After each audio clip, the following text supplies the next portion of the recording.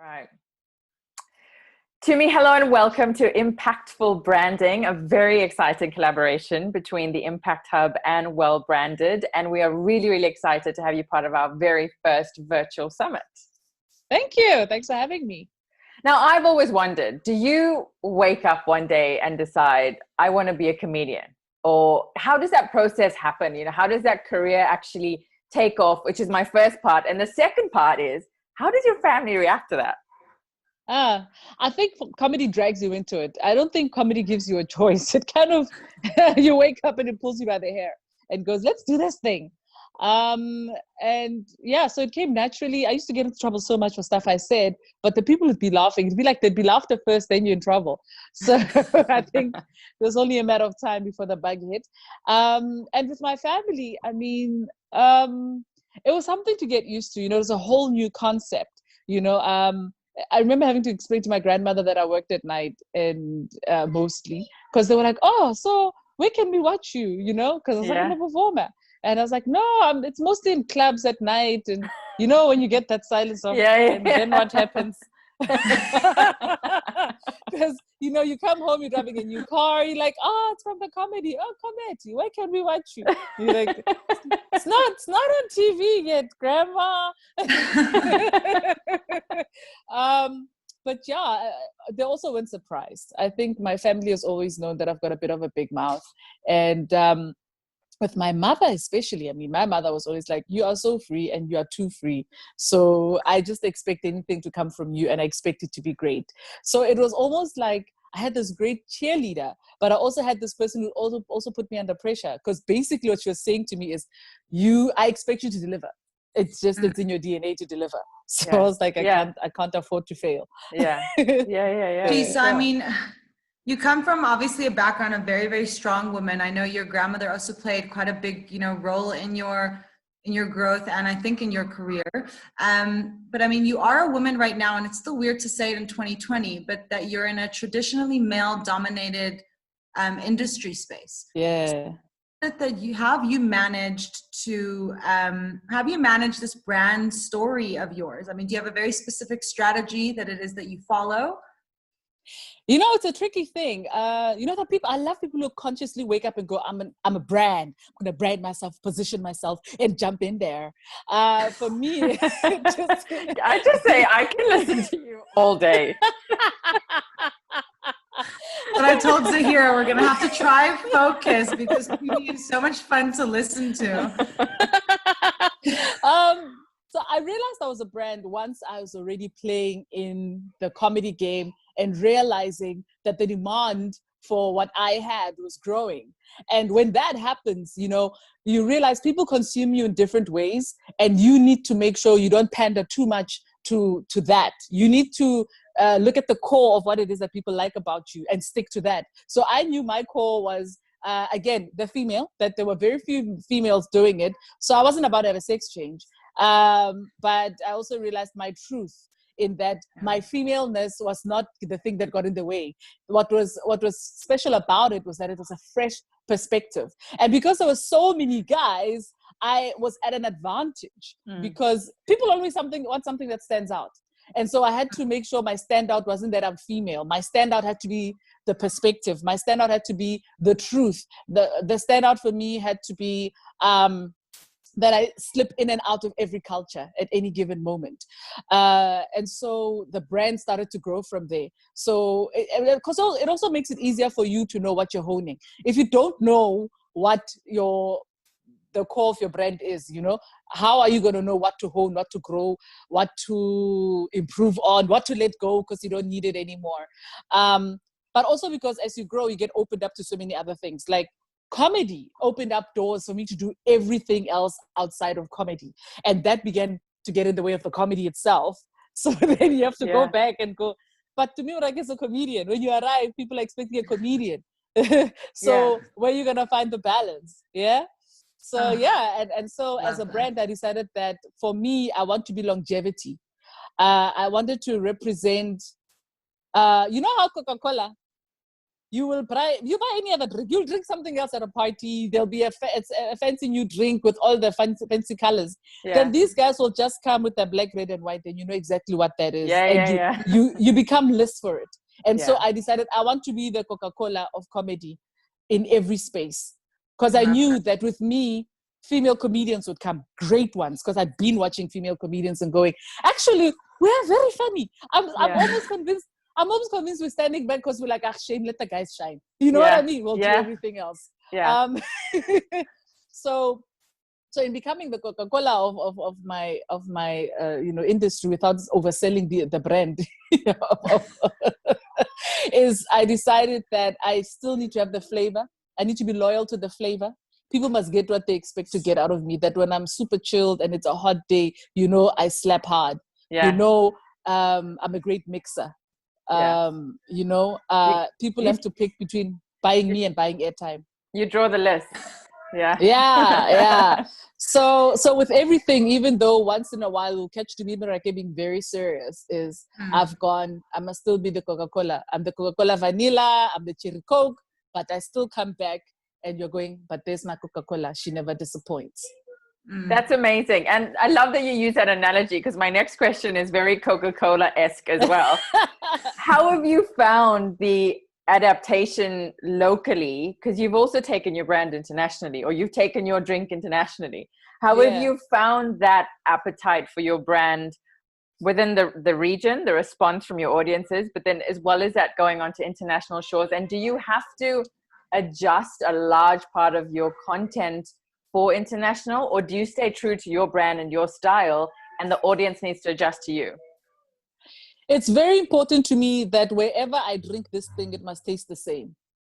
And so I feel like the more authentic you are, the more relatable you are. I don't know if that makes sense to you. So I cannot dilute me and where I'm from. What has to shift is how I present it to you, because I need to meet you halfway. So in South Africa, for example, because in South Africa, the cultures are not parallel to each other. The cultures mix. We're a melting pot. And then when you leave South Africa, you go to the rest of the world, you go to your Americas, you go to your UKs, you find that the cultures are parallel. So you need to explain yourself more than you would need to here. You need to set things up more there than you would need to hear. Because in South Africa, you take it for granted that we all know about Auntie Fatima's house where we can go, or her shop that's right next door. But when I leave South Africa, there is an Auntie Fatima who cooks the same, who makes the same samosas. But I can testify to that. I live on international shores and I've got an Auntie Fatima. I can tell you that. So then I would have to contextualize Auntie Fatima, because I'm going, the Indian community I'm speaking to here will understand Auntie Fatima, but the greater American community may not. So now I must explain to them who's this Auntie Fatima, find them the equivalent, and then take it from there. And that takes a lot of learning. It's another big thing I've found is in terms of moving forward is you also have to be prepared for the mistakes. You have to be prepared, because every time I step into a new space, I don't go, but I'm Tumi Morake. I step in like, it's my first time here. I'm going to assume I'm arriving here as a complete unknown and a complete nobody who's only known by the people who specialize in comedy. So I need to approach you like I'm selling myself to you. Every person I deal with, I'm selling myself. And that's a huge thing. And I have to take risks. Netflix was a risk and it's paying off. Edinburgh Arts Festival was a risk. It paid off, Paris, when I was supposed to be on holiday, I decided that, no, actually I'm going to jump on the stage. It paid off, because what starts happening is, people catch on to this and people start reaching out and you start to see the possibility for your brand. Because, when I started out, I was happy to feel like I want to try and take over South Africa. If I can be huge here, I can be huge anywhere. And then I was like, no, I want to do Africa. And then you get a taste of everywhere else and you go, no, I want a part of this too. But with each space, you go, this is the space I want to occupy.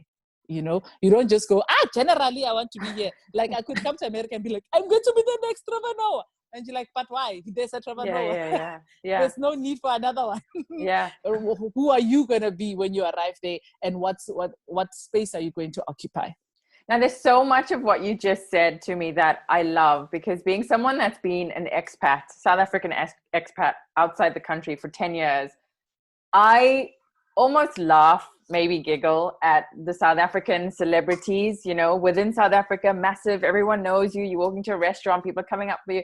And then they come to, say, the UK or Dubai, and they expect the same kind of, everybody knows me. And I get, you know, through PR and through branding, I get a lot of people within South Africa saying, oh, I want to go here. This is my profile.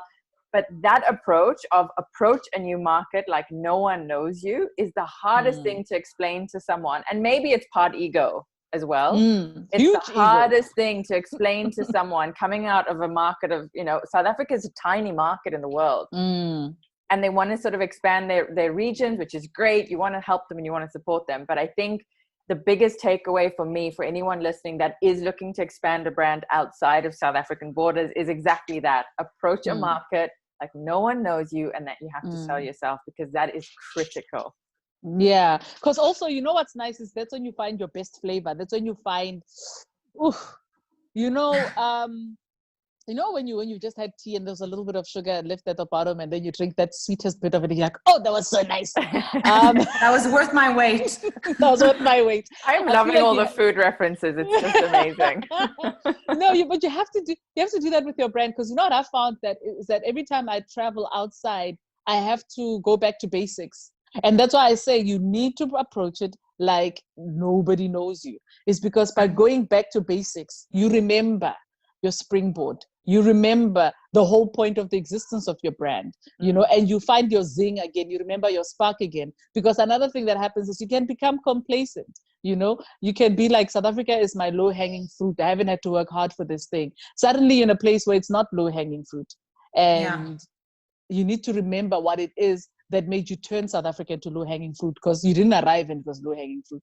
You had to work and position yourself there, you know. I was actually saying to a friend of mine that sometimes we also undersell ourselves by saying it's low-hanging fruit. It's not low-hanging fruit. We've set that ladder. We've climbed that ladder up so much so that we're so close to the fruit, we think it's low-hanging, but it's not.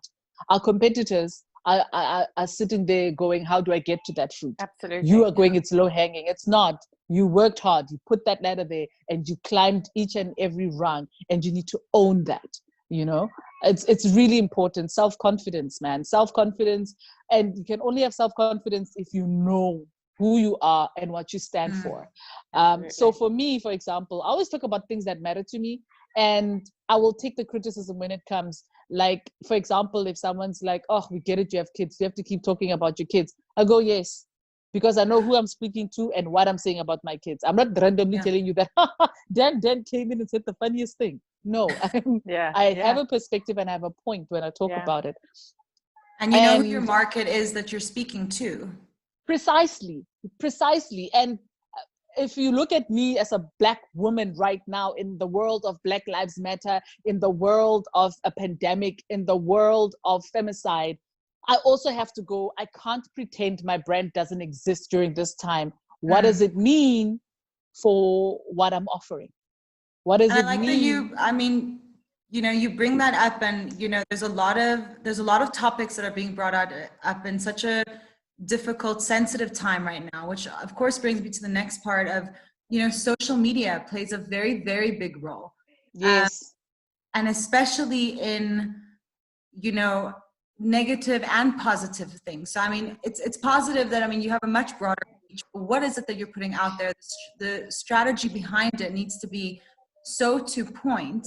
Exactly what you're saying is, what are you standing for at this exact time? With who by your side? Who are you focusing on? So, I mean, social media for you, which, you know, I'm sure has helped in a lot of ways, but I'm sure has also had its negative things.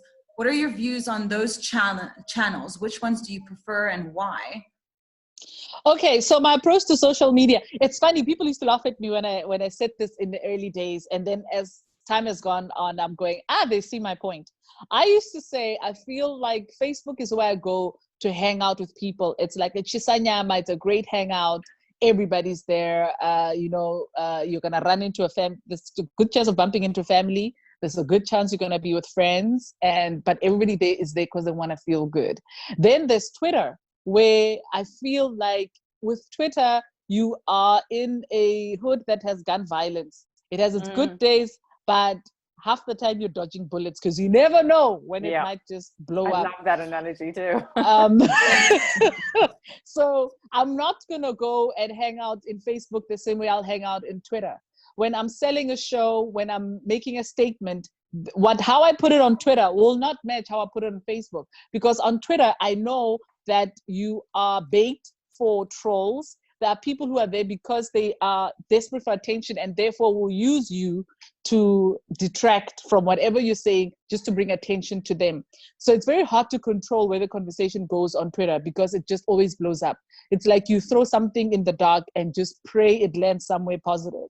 As opposed to Facebook, where I find that you can control it. And even where the trolls gather, that's their hood. If you go there, you wait there. It's very rare to find them coming back because there's some kind of accountability. Because people on Facebook most of the time have work colleagues and family there. We know who you are, where you're from, where you work. And then you find them more conservative. Yeah. And a bit more blatant, and it's not without a point. So even if it's people you disagree with fundamentally, you're actually able to have a proper argument with them. More likely on Facebook than on Twitter. Yeah. You understand? And I mean, we spoke on the fact that, you are a brand, social media, you like to kind of be in control. We know that, someone like you don't just, always randomly post and randomly have captions. It is quite, thought through. What is your process, if you can explain to us about your content distribution over your social media platforms?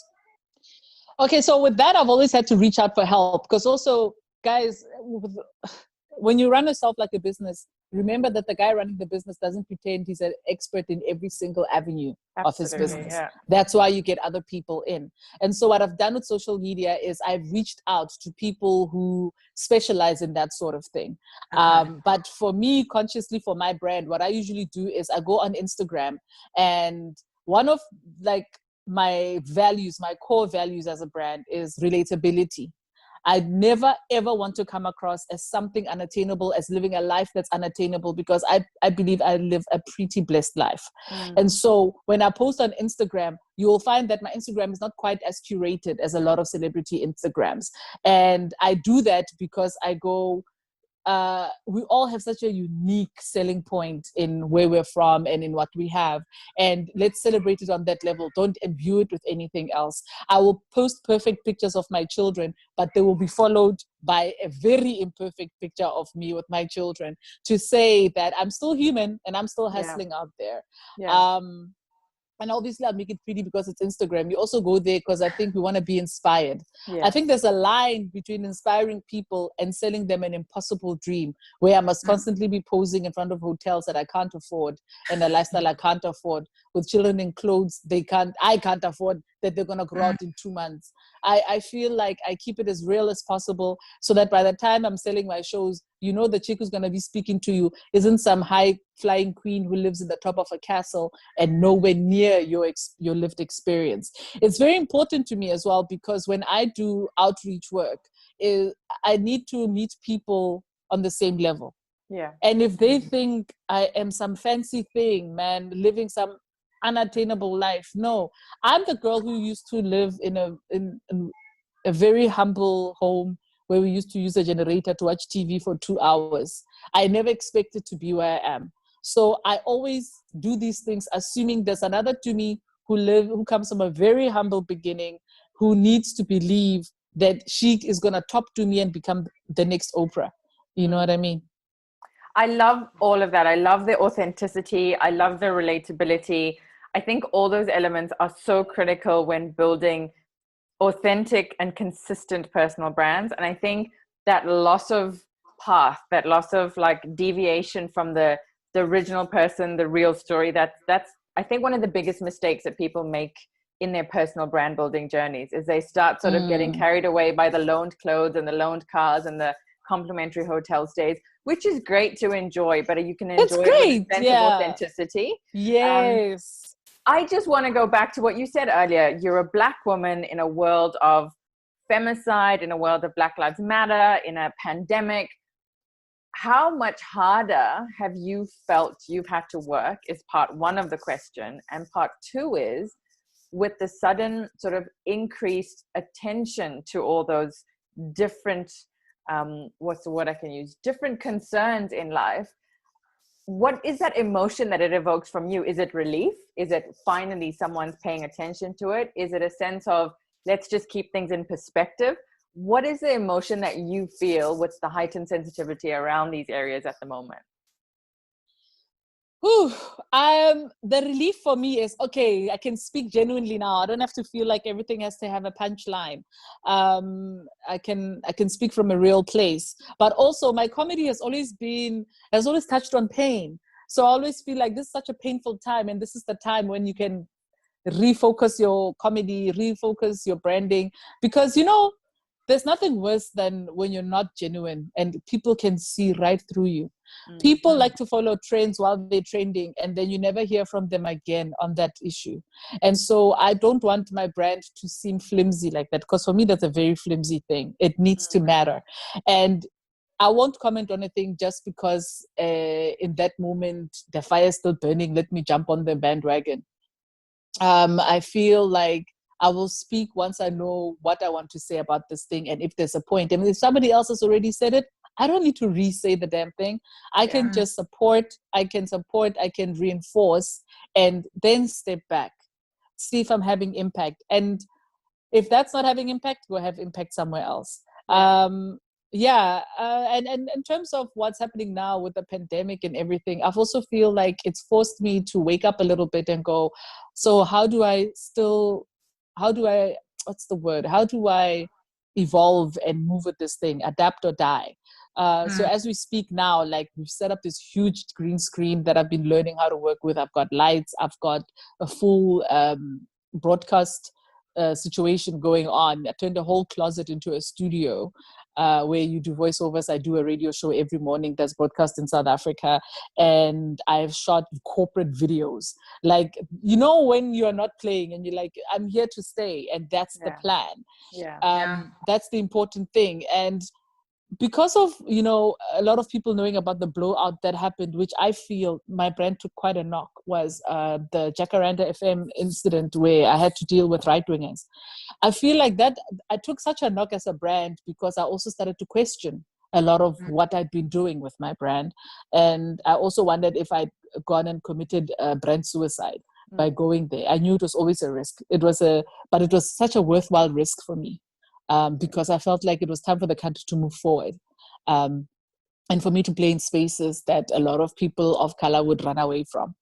And so that also made me doubt my brand quite a bit. It made me feel like I have to reposition it, because also when that happens, you kind of lose control of the messaging around your brand, because newspapers and journalists will go out and say whatever they want to say. People will have conversations at the braai, and there'll be a broken telephone of the incidents that took place, that by the time you step out into any space, you're not sure what people are thinking. You are insecure, and therefore you don't deliver well, because you're not quite sure how your voice is landing.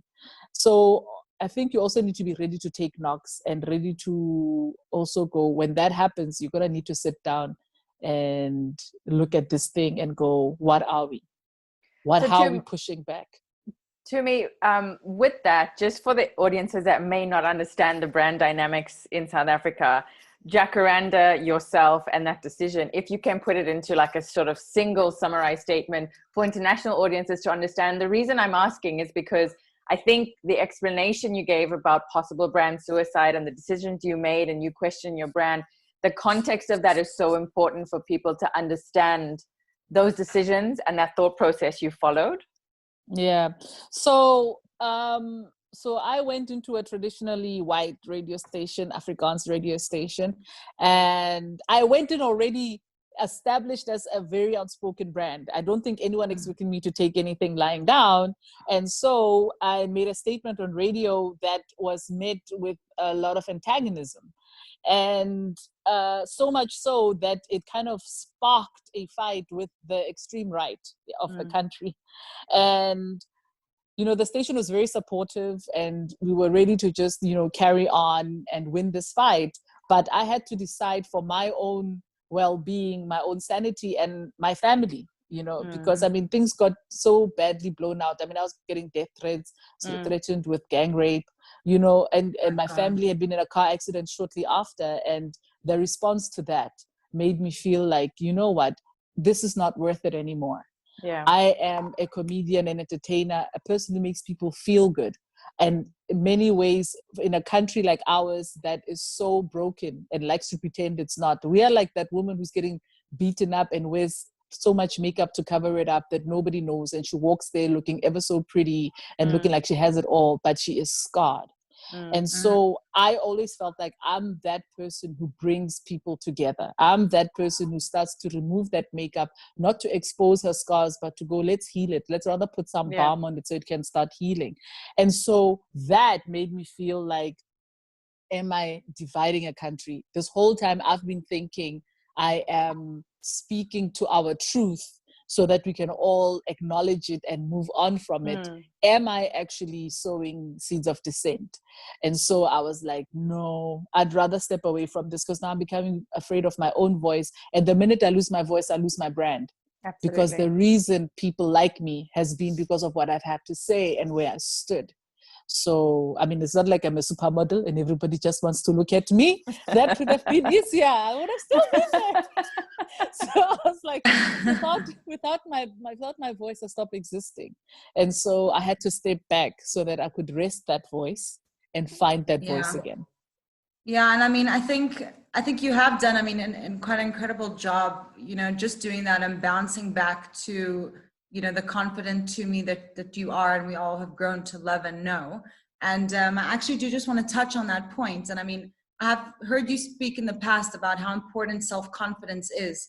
And as you said now, staying true to yourself, being the confident person that you are when you do walk into a room, and you want people to get to know you, which is who you are, which by the end of the day is who your brand is. What is your, as much as, comedy looks, easy and light and fun, I do know how much work does go into it. I have many comedian friends, and, the scripts and the jobs that go in. They were actually telling me that now with social media, it's almost hard work. What work do you put out there for, for free for people to watch? But then, it is your entire career. Now I'm shifting off topic, but what I want to know is, what is your kind of message to the woman listening now to stick to who she is, to kind of find that self-confidence within her? How can people practice that? You're not going to have self-confidence until you know you. You're going to have to spend some time with you, because, the whole thing of sticking to who you are, self-confidence includes needing to know when you need to change who you are. You stick to who you are because it works and it's genuine and it's authentic. And the minute it's exhausting to be you, you have to question, is it really you? Because I know there was a time I got exhausted with trying to pretend I can deal with having a boss and deal with being given parameters of how far I can speak, how far I can't. So, and then that point I went, I'm going to leave this space because it forces me into being someone I'm not. So that's why you'll find that even in broadcasting, it's like I have the concentration span of a gnat, because I'm like, after some point I start pushing back and I'm going to say what needs to be said. Yeah. And, there's always someone who doesn't like that. And then you go, well, we've reached a stalemate. It's okay. You can keep your space. But the important thing for women is, unfortunately, whether we like it or not, we are laying the foundation for our daughters and their daughters and their daughters and their daughters. We are at a point and at a time in our lives where, especially for South Africa, on paper, we have a constitution that is so amazing. You look at that constitution, you're like, women are killing it in South Africa, baby. They're owning this thing. They are running the streets. But in reality and in practice and in life, that's not what's happening. So it's our job now to lift the words off that constitution and speak life into them. And so you need to own your space. You need to remember what Zozi said, man. Zozi Bini Tunzi said it. You need to occupy spaces, you know, and you need to do it unapologetically, you know. It's also important to remember that wherever you are, remember, a dude has had to do 10 times less work than you, yet you've gotten yourself there. You're here already. You can't quit now.